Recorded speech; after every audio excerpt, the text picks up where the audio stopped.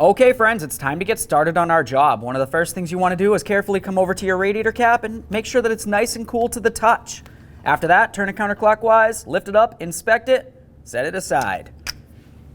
Now from underneath the driver's side front of the vehicle, let's come right over to the lower aspect of the radiator. We're going to go ahead and turn this little petcock right here, and the fluid's going to come draining out. Make sure you have a nice collection bucket, hand and eye protection at all times.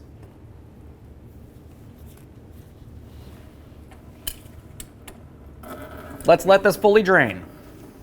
Once it's drained, we can come right over here. We'll start disconnecting the electrical connector. You want to inspect it, make sure you don't see any funny colors. If you do, it's corrosion and it needs to be dealt with. That looks fine, so we'll set it aside. Now let's just go ahead and use a pick, and we're going to carefully get in between this area here. You can see that it has a locking clip. Let's go ahead and try to pop this out. Grab that clip, set it aside. Now I'm just going to go ahead and grab onto some pliers. We'll give this a little wiggle. Pull it up and out. There it is, friends. Let's go ahead and clean up the hole on our thermostat housing. Now it's time to install our brand new coolant temp sensor. I always like to put a tiny bit of lubricant just around that O-ring right there. That's going to help slide it right in.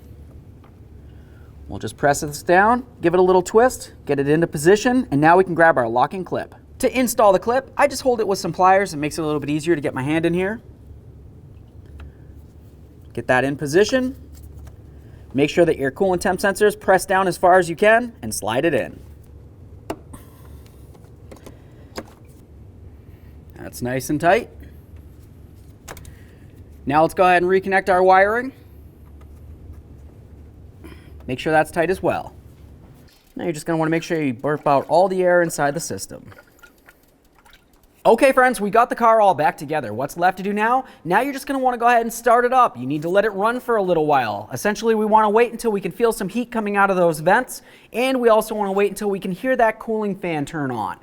After that, you should know that you have all the air burped out of the cooling system, and at that point you can go ahead and take this right off the top. We're going to go ahead and make sure that you fill up that overflow tank. You want to have it at least up to the maximum line on that, and then after you're all done all that, you're going to go ahead and put on your radiator cap, take it for a road test. Thanks for watching.